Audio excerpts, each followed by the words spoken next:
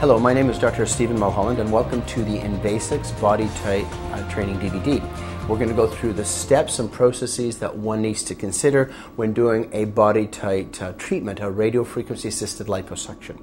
We've got a patient here today, Michelle, and what we're going to be doing is treating her outer thighs. So if we can just take a look at the areas we're going to treat. A very common area, the outer thigh, the trochanteric lipodystrophy.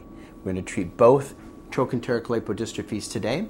She's had previous liposuction about 10 years ago. Again, one of the very many good indications for radiofrequency assisted liposuction or BodyTite. So I want you to turn sideways now, Michelle. First and foremost, after you've done your history, physical examination, consent, you must take time to do standard planning. It's very important to plan your incision ports, the zone, and the areas you're going to treat. So like all liposuction, I usually start with the area that I'm going to contour, the convex distension that we're going to treat, whether it's outer thigh, inner thigh, tummy, arms, hips, flanks. Always start with the convex distension. I'm going to mark out the area where we have normal topography. So I'm going out to where I want to feather to. So the dotted lines represent normal anatomy. And once I've got where I want to feather to, and then I'll focus on the height of my convex distension. So that shows the area that we want to treat. That shows the convex distension of the trochanteric lipodystrophy, and there is the buttock and the gluteal fold. Okay, so we've got our normal feathering anatomy for our RFAL, our radiofrequency assisted liposuction. The next thing I do is I mark out the high points of this convex distension. And if we turn to the front, you can see what I've highlighted is the normal contour feather anatomy. Then we have the contour of the convex distension. I'm going to mark out the high points, the areas where I want to focus most of my aspiration time and certainly more of my energy under that convex distension. So let's go back. And now I'm going to mark out the base of the mountain. If the convex distension is the mountain, this is its base. And I'm going to mark out the high points that we want to focus most of our attention on when doing the aspiration and the application of thermal energy. Okay, those are the high points.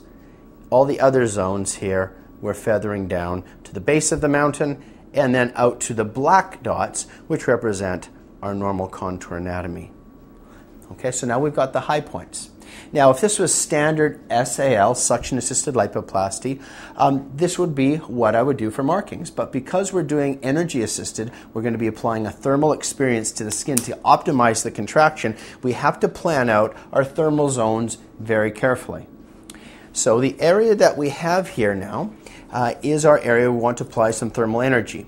And we have about it's about 20 centimeters from the base of the convex distension to the base of the convex distension, and it's about 15 centimeters wide. So 15 centimeters wide by about 20 centimeters. Then that allows me to plan effectively two zones. And most commonly, when I'm doing a zone, like an outer thigh, an inner thigh, a hip, I can get two thermal zones with the BodyTite device.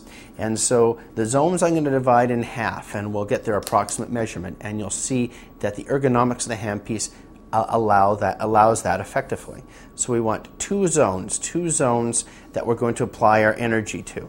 And each of those zones is about 15 centimeters in length and about 10 centimeters in height. Now that works out perfectly with the size of the applicator. If we look at the actual applicator itself, this is the bipolar handpiece.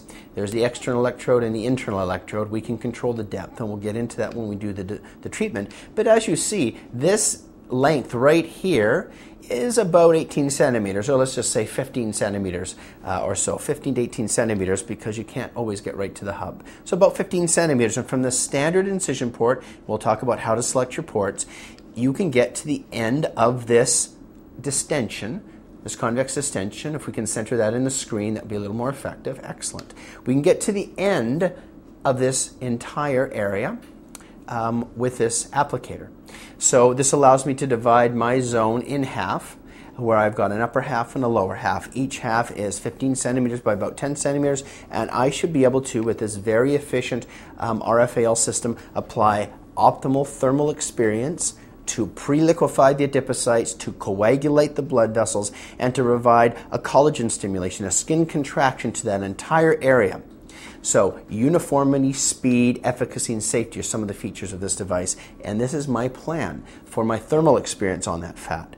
Now that's not quite exactly centered, so when I actually do it, I'll move this up just a little bit, and that will be the center of my field.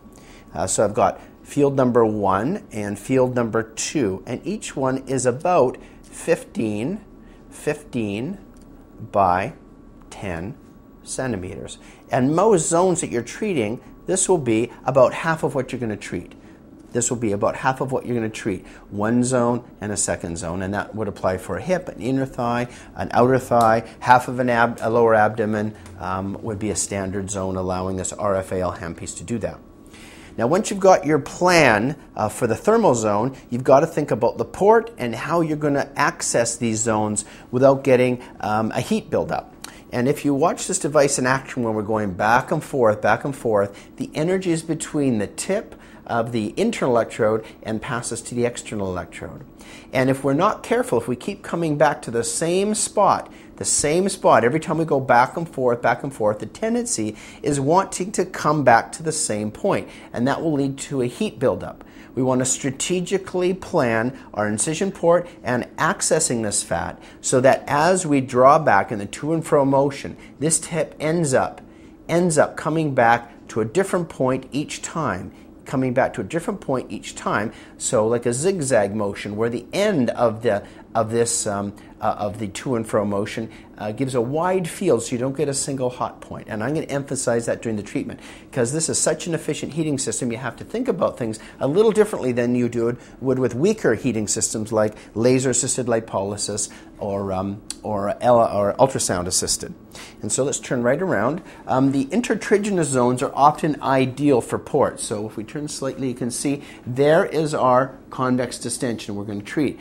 The ideal intertriginous zone for outer thigh, trochanteric lipodystrophy, is the buttock fold. So as long as we keep our 3 millimeter incision right under that buttock fold, there's the buttock fold. As long as we keep it well hidden under that buttock fold, it will not be visible and it'll be nicely hidden. So if we keep it under that buttock fold where it doesn't peek out, then we can get access easily to the inferior and the superior part of our contour plan.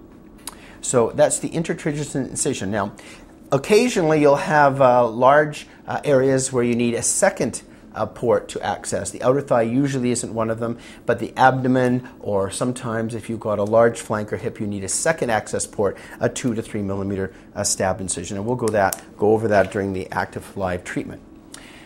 So I'm going to mark out the other side. This is our approach to the trochanteric lipodystrophy. We've got 2 halves. Each is 10 by 15 centimeters. It'll allow us to move back and forth, creating a thermal experience. We want to accomplish 3 things. Number 1, liquefaction of the adipose tissue to allow and facilitate gentle aspiration. Number 2, coagulation of the blood vessels to minimize bruising and ecchymosis.